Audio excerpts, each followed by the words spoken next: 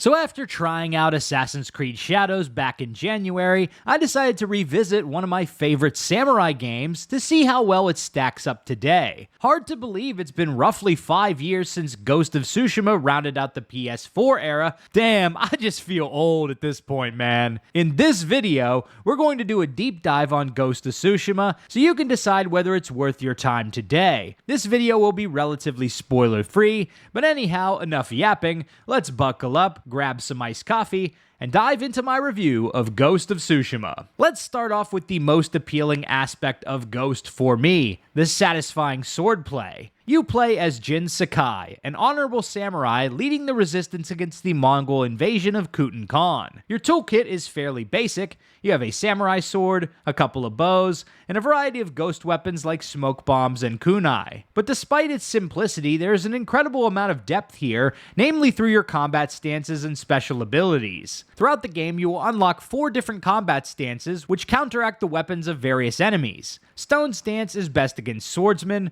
water stance is great for breaking shield bearers' defenses, wind stance is used against spear wielders, and moon stance is used to beat up big bastards. You will be cycling through each of these stances in most combat encounters to effectively take on your opponents. Unlocking new stances is achieved by observing and defeating different Mongol leaders that you find throughout the open world, mainly in outposts. What I like about this is it simulates Jin studying and learning his opponent's weaknesses, and then developing new combat stances and methods to defeat them.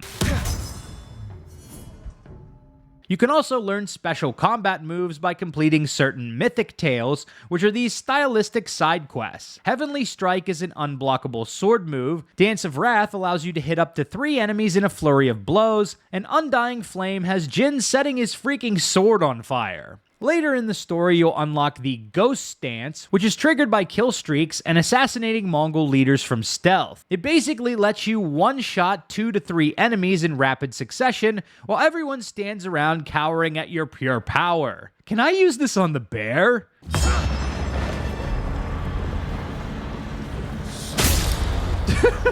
Yes, I can, bro. Yes, I can. As you happen across groups of enemies, you'll have the option to challenge them to a standoff. This honorable samurai tactic pits Jin in a 1v1 battle against the strongest enemy in the group. Release the button at the correct time, and Jin will one-shot them. If you invest in the standoff streak technique, you can chain together up to 4 of these kills in a single standoff, 5 if you're wearing your father's armor, after which you can mop up any survivors in standard combat. It feels so gangster to calmly walk up to a group of enemies and shout out, "Looking for me?" But the creme de la creme of Ghost's combat are the 1v1 boss duels that Jin can partake in throughout the course of the game. During these encounters, your ghost weapons are disabled, and it's just you and your samurai steel against a worthy foe. They also have these really cool cinematic introductions, and often have cool backdrops as well. My favorite boss setting is during the main story duel near the end of Act 1, but I can't say what it is without spoilers. If you know, you know. Sucker Punch has also made some improvements in the name of replayability since launch. You can now replay duels with a couple of clicks on the map. They also added the option for New Game Plus, so you can maintain all of your gear and upgrades into a new playthrough. But relying on your samurai abilities alone is not enough to defeat the Mongols,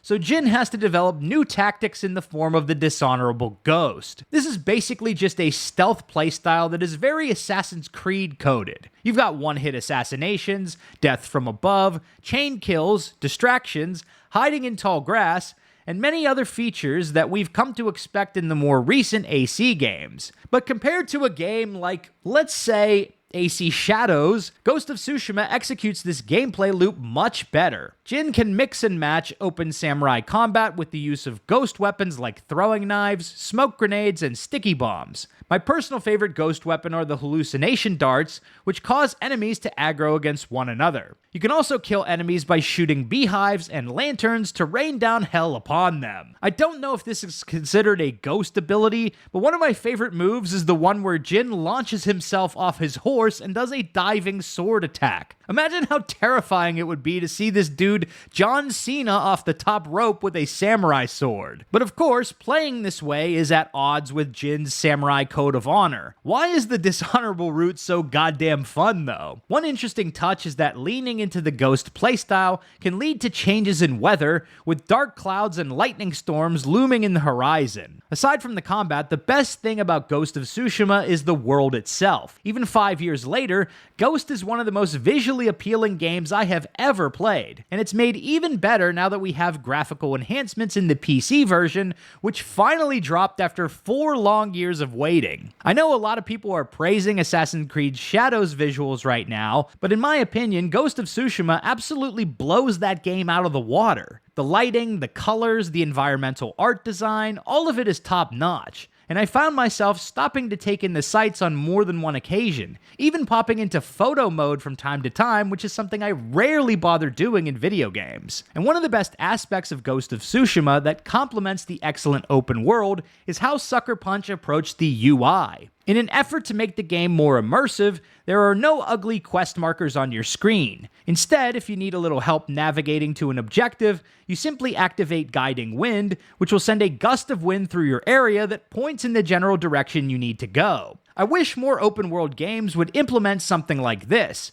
because nothing screams immersion breaking like following an ugly-ass white line on the road. As for the open world activities themselves, well, they're fine, I guess, but they do get repetitive over the course of a long playthrough, especially the Inari Shrines where you chase a fox towards a place of prayer. There are like 50 of these things across the map. The main ones that are most worth doing are the Bamboo Strikes, which increase your resolve, and Hot Springs, which improve your max HP. Even though these activities are relatively competitive and just sort of like standard open world fare, I did find myself 100%ing the map and completing all of these activities on my most recent playthrough, mainly because I just enjoy spending time in this open world. It's just a gorgeous, chill, fun thing to do after a long day of work. But anyhow, enough about the open world, let's tackle the quality of the quests and storytelling. Without getting into spoilers, I do want to say that the writing in this game is very good, particularly in the main story. The conflict between Jin and trying to maintain his code of honor as he strives to find a way to save his people from the Khan's army is compelling, and there are lots of twists, turns, and betrayal to be had along the way as well. The ending of the game was also very satisfying and memorable, which is great because a lot of video games fall off towards the ending.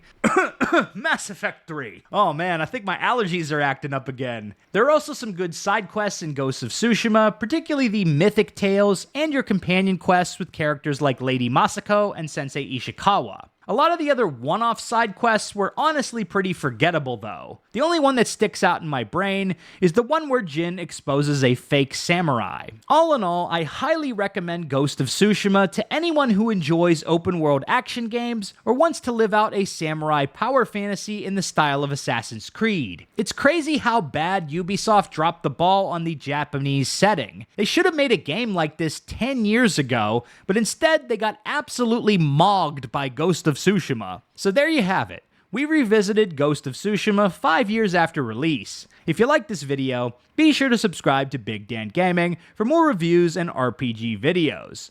Big shout out to all the channel members for supporting my content. Until next time, this has been Big Dan. I should go.